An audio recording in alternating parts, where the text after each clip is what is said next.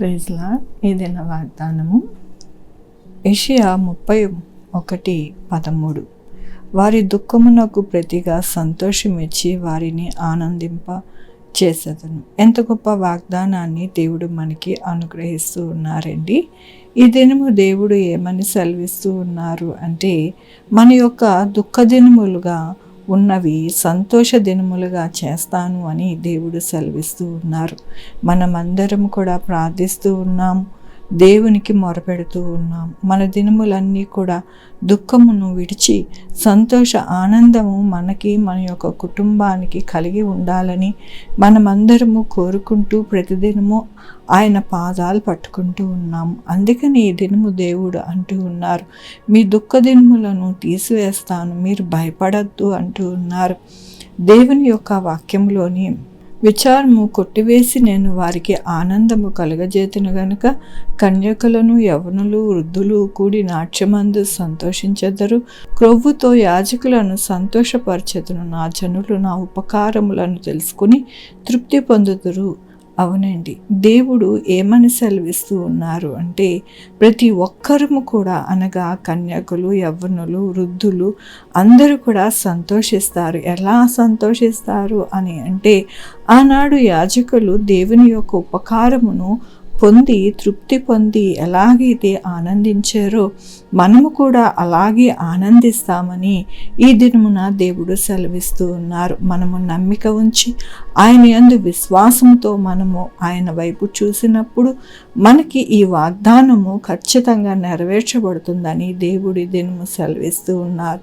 కాబట్టి మన దినములు అన్నీ కూడా దుఃఖము పోయి సంతోషిస్తామని దేవుని మీద ఆధారపడి మనము జీవిస్తే కనుక ఈ వాగ్దానము మన జీవితంలో నెరవేర్చబడుతుందని ఈ దినము దేవుడు మనకి అనుగ్రహిస్తున్నందుకు దేవునికి వందనాలు చెల్లిస్తూ ఉన్నాను.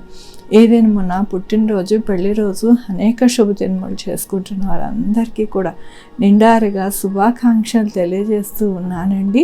మీ యొక్క కోరిక, ఆశ అన్నీ కూడా దేవుడు నెరవేర్చునుగాక. ప్రార్థించుకుందామండి. యెహోవా దేవా, నా తండ్రి, నా ప్రభా, మీ కృపా కనికరస్తాన్ని బట్టి నీకు వందనాలు, స్తుతులు, స్తోత్రం చెల్లిస్తూ ఉన్నాను. అవును నాయన, మీరు మా జీవితంలో అంటే మా యొక్క దుఃఖ దినములు తీసివేసి సంతోష దినములు మాకు కలుగుతాయని మేము నమ్ముతూ నీకు వందనాలు చెల్లిస్తూ ఉన్నాను.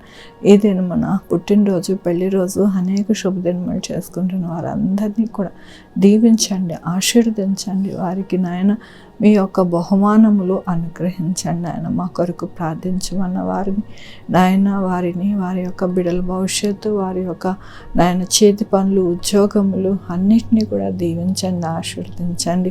నాయన sugar, BP, thyroid, heart problem, kidney problem, AIDS, cancer, నరాల బలహీనత, పారాలసిస్, గ్యాస్ట్రిక్ జబ్బులు, ప్రతి విధమైన అనారోగ్యాన్ని తీసివేసి స్వస్థపరచండి.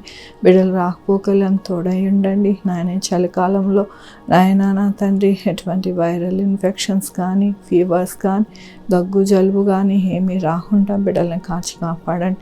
నాయన నా తండ్రి, ఎవరైతే నాయన కాంపిటేటివ్ ఎగ్జామ్స్కి ప్రిపేర్ అవుతున్నా వారందరికీ తోడై ఉండండి. బిడ్డలు లేని వారికి బిడ్డలు దయచేయండి. బిడ్డలకి సుఖమైన కాన్పు దయచేసి తల్లి బిడ్డ క్షేమం ఉండాలని సహాయం చేయండి. 2 వీలర్, 4 వీలర్, బస్సెస్, ట్రైన్స్, ఏరోప్లేన్లో ప్రయాణం చేస్తున్న వారికి నాయన మీరు తోడై ఉండండి. నా ప్రభు హాస్పిటల్లో ఉన్న బిడ్డలకి తోడై ఉండండి. నాయన పంటలు నాయన చక్కగా నాయన ఇంటికి తీసుకొని వెళ్ళే వరకు నాయన ఎటువంటి నాయన వర్షములు, ఎటువంటి నా ప్రభు మరి వాయుగుండాలు పడకుండా చక్కగా నాయన రైతుకి పంట అందేటట్టుగా సహాయం చేయమని కోరుకుంటూ మమ్మల్ని మీ పాదాల దగ్గర పెడుతూ నా ప్రభు, నా రక్షణ యేసుక్రీస్తు పరిశుద్ధమైన నామమున అడిగి వేడుకుంటున్నాను తండ్రి. ఆమేన్. తండ్రి, కుమార, పరిశుద్ధాత్మ సదాకాలం మనందరికీ తోడై ఉండును గాక. ఆమేన్. God bless you.